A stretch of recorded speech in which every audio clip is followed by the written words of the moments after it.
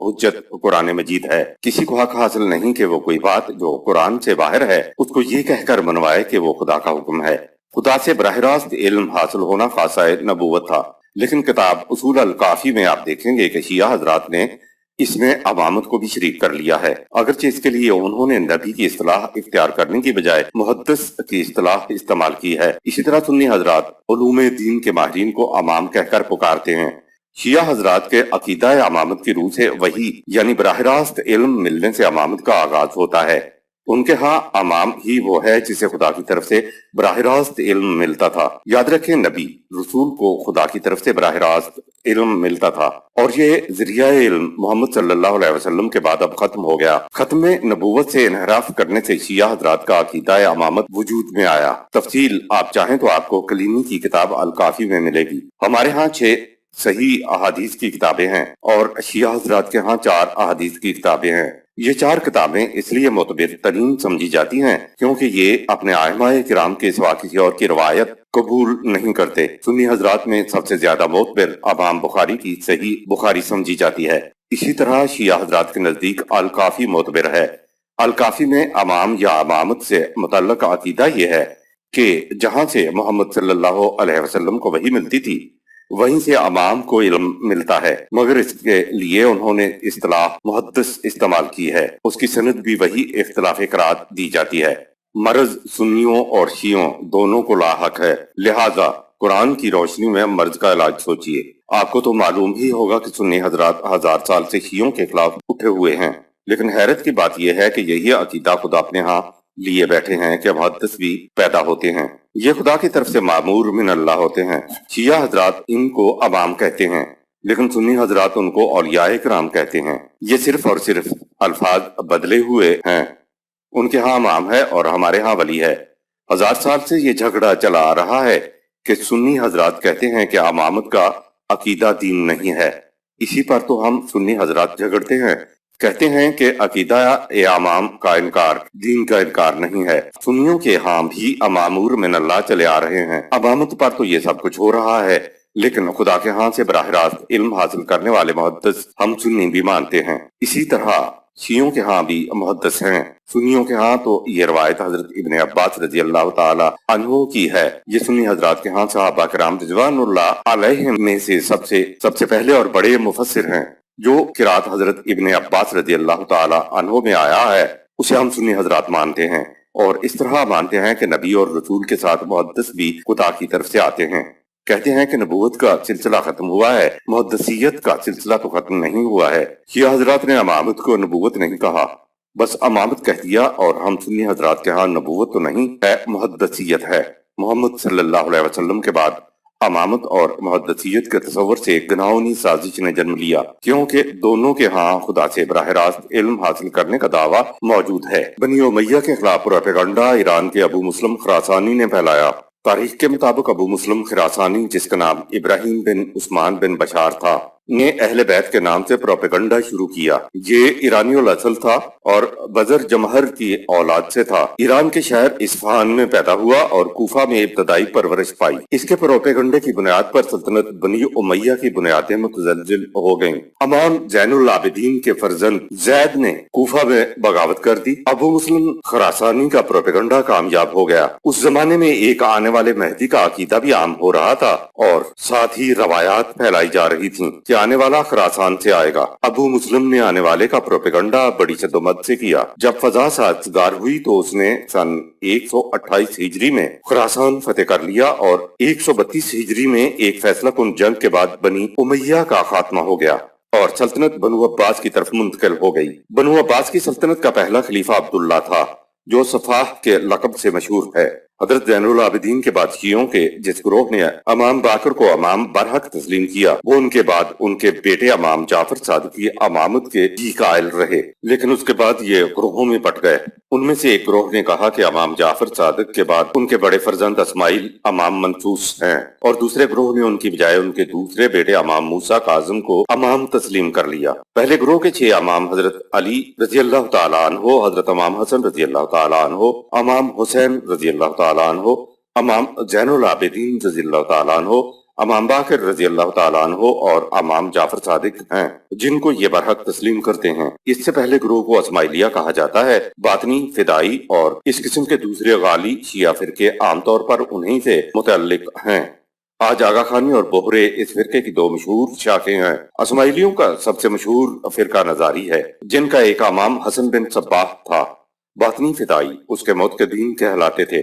آغا خانیوں اور بوہروں کا تعلق اس فرقہ سے ہے۔ دوسرے فرقے نے امام جعفر صادق کے دوسرے بیٹے امام موسیٰ کاظم کو اپنا امام تسلیم کیا۔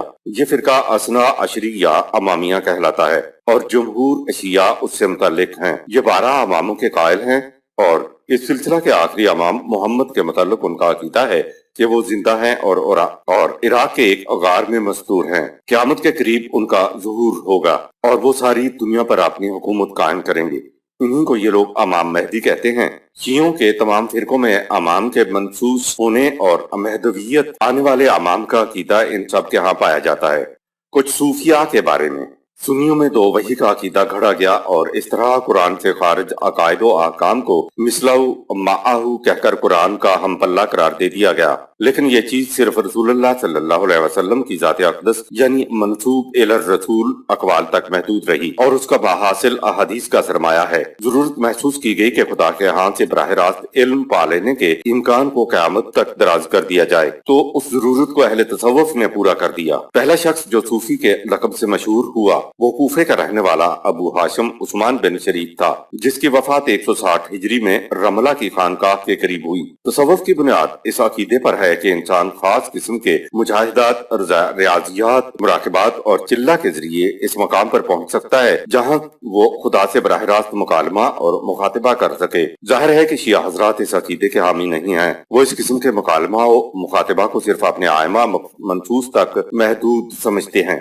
لیکن یہ عجیب چیز ہے کہ صوفیاء کے تمام خانوادے نقش بندیہ کے سوا اپنے آئمہ کی وساطت سے حضرت علی تک پہنچتے ہیں جنہیں متفقہ طور پر شاہ ولایت تسلیم کیا جاتا ہے۔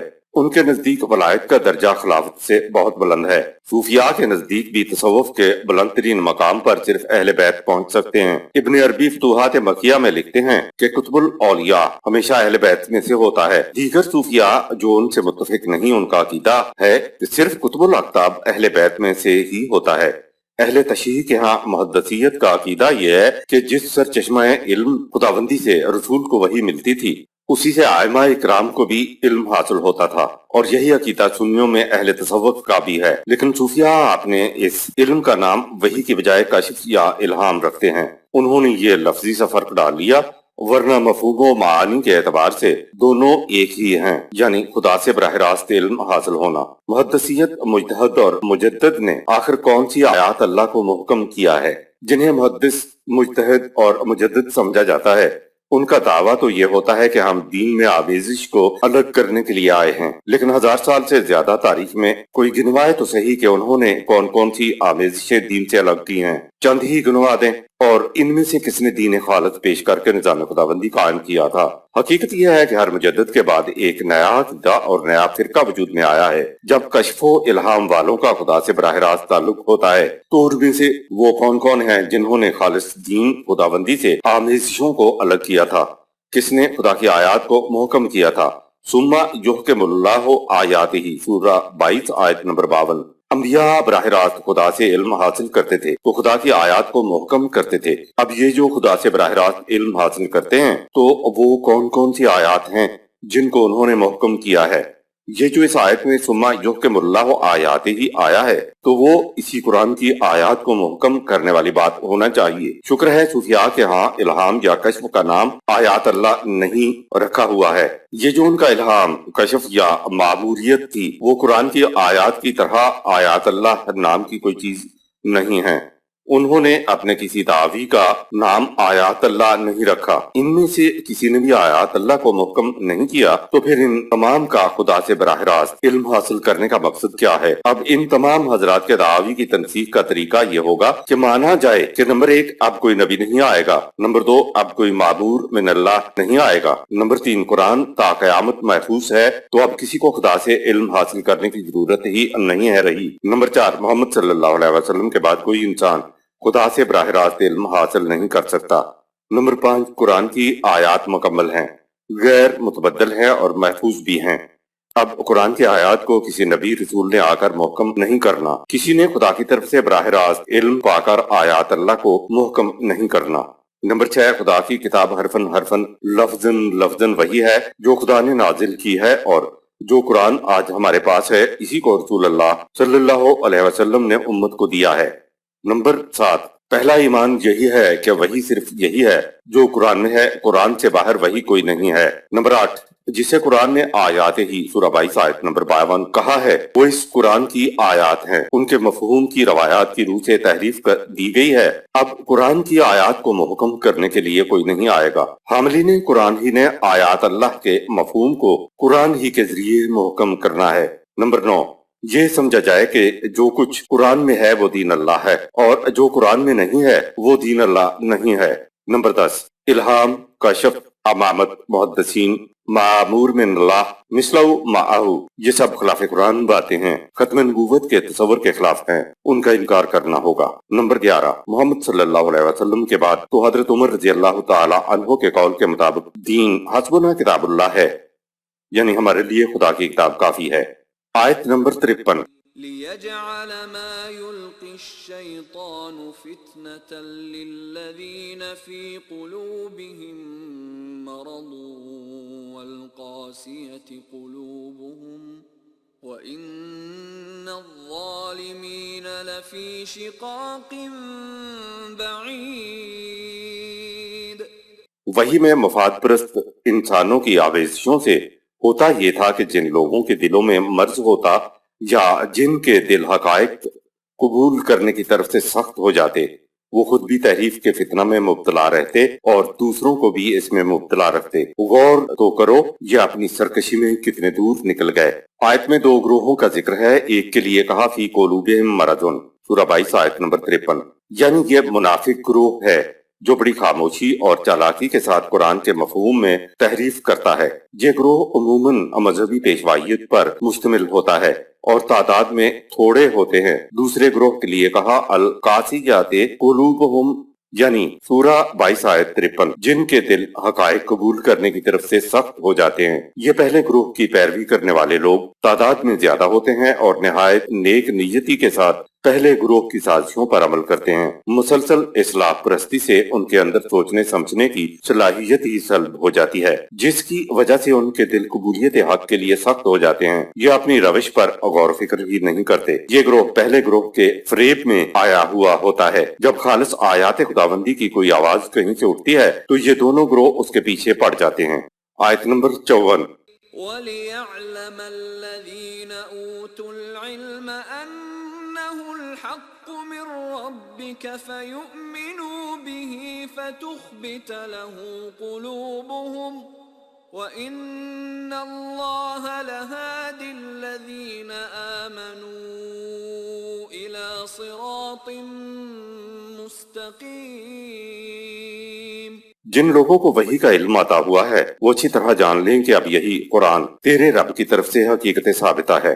بس ان کو چاہیے کہ قرآن کی صداقتوں پر ایمان لے آئیں اور ان کے دل ان کے سامنے اطاعت کی غرض سے جھک جائیں۔ جو لوگ وحی کی صداقت پر ایمان لے آتے ہیں ہم ان کی رہنمائی قرآن کی متوازن اور سیدھی راہ کی طرف کر دیتے ہیں۔ فاتخبتا، سورہ 22 آیت نمبر 54، مادہ خیبتے ہے اور معنی ہے نشیبی زمین جو وسیع بھی ہو۔ اخبتو، وہ نشیبی زمین میں پہنچا۔ پھر یہ لفظ نشیب کی نسبت سے نرمی، خشوع، تواضع اور جھک جانے اور اطاعت کرنے نیز مطمئن ہونے کے معنوں میں بھی استعمال ہونے لگا۔ دین قرآن کے اندر ہے، دین قرآن سے باہر نہیں ہے۔ اس آیت میں مسلمانوں، اہل کتاب اور دیگر انسانوں میں سے ایک اور گروہ کا ذکر آیا ہے، یعنی وہ علم سے کام لیتے ہیں، بصیرت، عقل و فکر سے کام لیتے ہیں اور غور و تدبر کرتے ہیں، تو وہ اس نتیجے پر پہنچتے ہیں کہ انہ الحق کو، یہی قرآن ہے جو الحق ہے، صداقت و سچائی یہی ہے۔ اس گروہ کی روش یہ ہے کہ جس بات کا یا کام کی یہ قرآن کی تائید کرتا ہے یہ اس کو سچ مان لیتے ہیں، اور جس کی یہ تائید نہیں کرتا اس کو وہ سچائی نہیں مانتے۔ قرآن کا پیمانہ اپنی جگہ پر اٹل ہوگا، حق ہوگا، قائم رہے گا، لیکن ہر بات اس پر پرکھی جائے گی۔ اس آیت سے معلوم ہوا کہ سب سے پہلی شرط تو علم و بصیرت کی ہے۔ علم و بصیرت رکھنے والے لوگ ہی غور و فکر سے اس نتیجے پر پہنچیں گے کہ انہ الحق، یہ قرآن حق ہے، لہٰذا علم و بصیرت سے ہی حقیقت اور صداقت پر پہنچا جا سکتا ہے۔ لیکن آج حضرت عمر رضی اللہ تعالی عنہ کا ادا کردہ فکرہ حسبنا کتاب اللہ کہنا تو گویا دائرہ اسلام سے خارج ہونا ہے۔ ایسے حالات میں اب مشکل یہ آن پڑی ہے کہ خارج از قرآن مواد کو کیسے قرآن کے تابع رکھا جائے۔ آیت نمبر 55۔ ولا يزال الذين كفروا في مرية منه حتى تأتيهم الساعة بغتة أو يأتيهم عذاب يوم عقيم۔ اور جن لوگوں نے اس قرآن کا انکار کیا تو وہ تو اس کی طرف سے برابر شک ہی میں رہیں گے، یہاں تک کہ آنے والے انقلاب کی گھڑی اچانک ان کے سروں پر آ جائے یا ان پر عذاب آ جائے جو ان کی امیدوں کو اس وقت تک کے لیے یکسر خشک کر کے رکھ دے جب تک یہ اپنی روش کو صحیح نہ کر لیں۔ عذاب اور عقیم کا مفہوم۔ عذاب کا مادہ عین، زال، بے اور بنیادی معنی تین ہیں۔ نمبر 1، پانی کی خوشگواری اور شیرینی جو پیاس کو روک دیتی ہے۔ نمبر 2، اذیت اور تکلیف جو زندگی کے آرام میں حائل ہوتی ہے۔ اور نمبر 3، بندش، منع کرنا اور رکاوٹ۔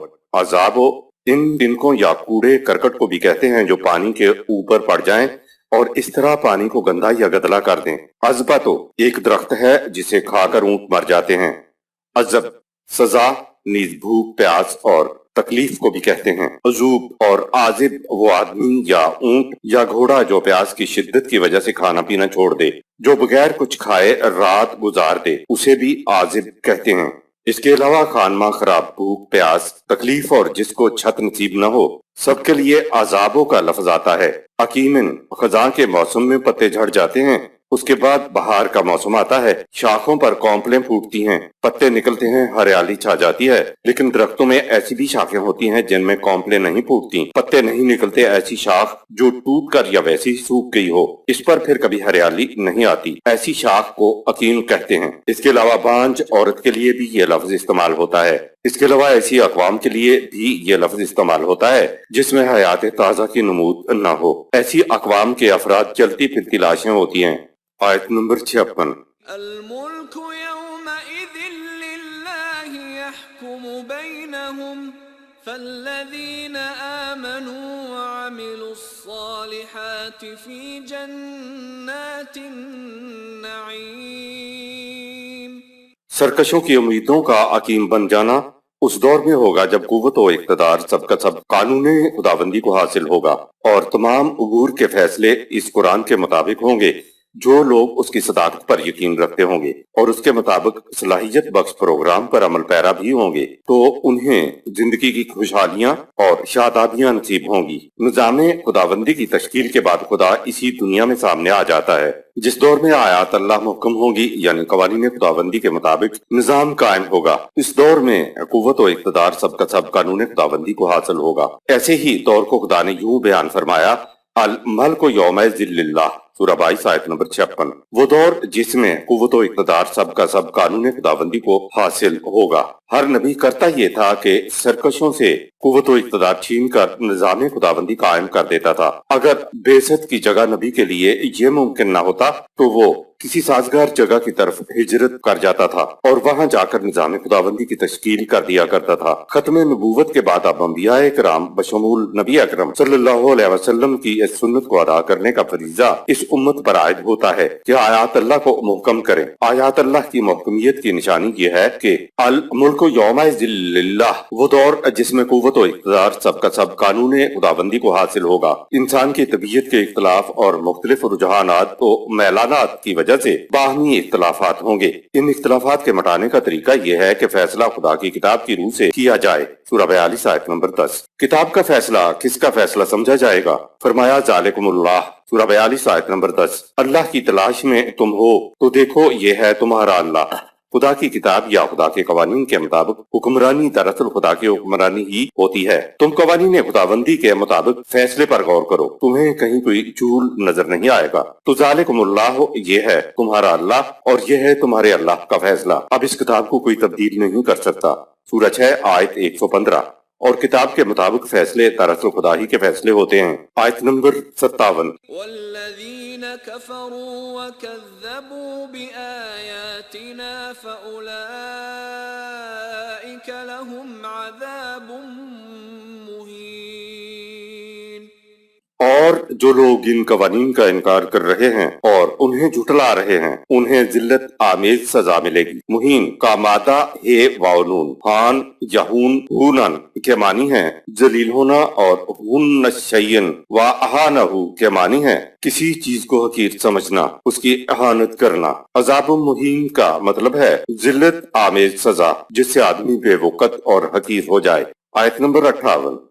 والذین هاجروا في سبيل الله ثم قتلوا أو ماتوا ليرزقنهم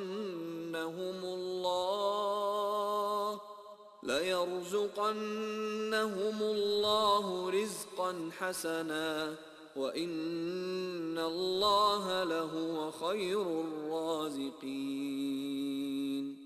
جو لوگ نظام خداوندی کے قیام کی خاطر اپنے گھر بار کو چھوڑ کر نکل کھڑے ہوتے ہیں وہ اگر اس جد و جہد میں اپنی طبعی موت مر جائیں یا قتل کر دیے جائیں تو اس بات سے افسردہ نہ ہو کہ نظام ان کے ہاتھوں تشکیل نہ پا سکا۔ یقین کریں خدا ان کی موت کے بعد ان کی ذات کو نشو و نما دینے والا بہترین سامان رزق عطا کرے گا، اور یہ حقیقت ہے کہ اللہ بہترین سامان نشو و نما عطا کرنے والا ہے۔ آج کے دور میں آیات خداوندی کو محکم کرنے کا طریقہ، آج آیات اللہ کو محکم کرنے سے یہ مراد ہوگا کہ نمبر 1 آیات اللہ کے ذریعے مفہوم محکم کیا جائے۔ ایسا کرنے کو تصریف آیات سے مفہوم کو محکم کرنا کہتے ہیں۔ نمبر 2 تصریف آیات سے محکم شدہ قرآنی مفہوم کو لوگوں میں عام کیا جائے۔ قرآن فہمی سے ملک میں ایسی تعداد ضرور دستیاب ہو جائے گی جن کے ذریعے حکومت کی تشکیل کی جائے۔ نمبر 3 سرکش قوتوں سے اقتدار چھین کر نظام خداوندی کے سپرد کیا جائے۔ اس مرحلے میں مخالفین سے سخت مقابلہ ہوگا جس میں ثابت قدم رہ کر مقابلہ کیا جائے گا۔ نمبر 4 قوانین خداوندی کے مطابق لوگوں کے فیصلے کیے جائیں جسے آپ فیصلہ کرنا کہتے ہیں۔ یہ حکومت کا کام ہوتا ہے، اس لیے حکومت اور اپنی آزاد مملکت دین خداوندی کے لیے بہت ضروری ہے۔ ان چاروں اقدامات پر اپنے توجہات کو مرکوز رکھ کر انسان مسلسل جد و جہد کرے تو اس کو راہ خداوندی میں جد و جہد کرنا کہتے ہیں۔ اس کو آیات اللہ کو محکم کرنے کی جد و جہد کہتے ہیں۔ اس کو نظام خداوندی کو متشکل کرنے کی جد و جہد کہتے ہیں۔ اگر اس جد و جہد میں کوئی قدرتی موت مر جائے یا قتل کر دیا جائے، دونوں صورتوں میں خدا مرنے کے بعد اس کی ذات کی نشو و نما کے لیے بہترین سامان رزق عطا کرے گا جس سے اس کی ذات جنت کے مرحلے کو طے کرنے کے قابل ہو جائے گی۔ آج آیات اللہ کو محکم کرنے سے مراد ان چاروں اقدامات کے لیے تڑپ اور جدوجہد کرنا ہے تاکہ فیصلے آیات خداوندی کے مطابق کیے جائیں۔ یہ ہے آج آیات اللہ کو محکم کرنا۔ ہجرت اور فی سبیل اللہ کا مفہوم، گھر بار چھوڑ کر نظام خداوندی کو قائم کرنے کے لیے نکل کھڑے ہونا تو ہجرت کا آخری مرحلہ ہے۔ ایمان لاتے ہی اس سے پہلے مراحل میں قوانین خداوندی سے ٹکراتے ہوئے تمام نظریات، عقائد و تصورات اور رجحانات و میلانات کو اسی مقام پر نظام خداوندی کو قائم کرنے کے لیے جد و جہد کرنا ہے۔ یہ ہجرت کا پہلا مرحلہ ہے۔ جب اسی جگہ پر نظام قائم کرنا ممکن نہ ہو تو پھر گھر بار کو چھوڑ کر کسی ایسی جگہ کی طرف چلے جانا ہے جہاں نظام خداوندی کی تشکیل ممکن ہو۔ یہ ہجرت کا دوسرا مرحلہ ہے۔ صرف گھر بار چھوڑنا ہجرت نہیں ہے بلکہ جہاں نظام کی تشکیل ممکن ہو اس طرف چلے جانا قرآنی ہجرت کہلاتی ہے۔ اگر دنیا کے کسی بھی خطے میں آپ کو نظام کی تشکیل ممکن نظر نہ آئے تو اسی جگہ پر جد و جہد جاری رکھی جائے۔ پہلے مرحلے کی ہجرت تو ایمان لانے کے فوراً بعد ہی شروع ہو جائے گی، لیکن دوسرے مرحلے کی ہجرت تب ہی کی جائے گی جب زمین کے کسی خطے میں نظام خداوندی کی تشکیل ممکن ہو۔ فی سبیل اللہ کے معنی ہے اللہ کی راہ میں، اور اس سے مراد ہے نظام خداوندی کا قیام اور اس کی بقا کے لیے جد و جہد کرنا ہوتا ہے۔ ویسے بھی ہجرت کرنے کے تمام راستے آج مسدود ہو چکے ہیں، نہ اپنا ملک ہجرت کرنے دیتا ہے اور نہ دوسرا کا ملک آنے والوں کو قبول کرتا ہے۔ لہٰذا آج تمام غیر قرآنی عقائد، تصورات، نظریات اور رجحانات و میلانات کو چھوڑ دینا پہلے مرحلے کی ہجرت ہی ممکن ہے، اور یہی ہجرت آج ہم پر فرض ہے۔ خارج از قرآن نظریات سے پاک صحیح قرآنی مفہوم کو زیادہ سے زیادہ لوگوں میں پھیلانا فی سبیل اللہ ہے، یعنی راہ خداوندی میں جہد و جہد کرنا ہے۔ جب قرآنی مفہوم کی طرف ایک خاصی تعداد آ جائے گی تو اسی مقام پر حق و باطل کا مارکا ہوگا، تاکہ سرکشوں سے قوت و اقتدار چھین کر انسانوں کے فیصلے قرآن کے مطابق کیے جائیں۔ مرنے کے بعد رزق حسنہ سے مراد روٹی، کپڑا اور مکان نہیں ہے، یہ تو اس طبعی یعنی حیوانی زندگی کی ضروریات ہیں، لیکن مرنے کے بعد انسانی ذات کی زندگی شروع ہوتی ہے، جس کی ابتدا طبعی زندگی میں ہو چکی ہوتی ہے۔ راہ خدا میں طبعی موت آ جائے یا قتل کر دیا جائے، دونوں صورتوں میں دونوں کے مراتب یکساں ہیں، دونوں کو وہ رزق ملے گا جس سے ذات کی نشو و نما ہو سکے گی۔ طبعی دنیا میں بھی تو ذات کی نشو و نما مادی سامان سے نہیں ہوتی، بلکہ اقدار خداوندی کے مطابق زندگی بسر کرنے سے ہوتی ہے، اور اقدار خداوندی طبعی شے نہیں ہے۔ صدق اللہ العظیم۔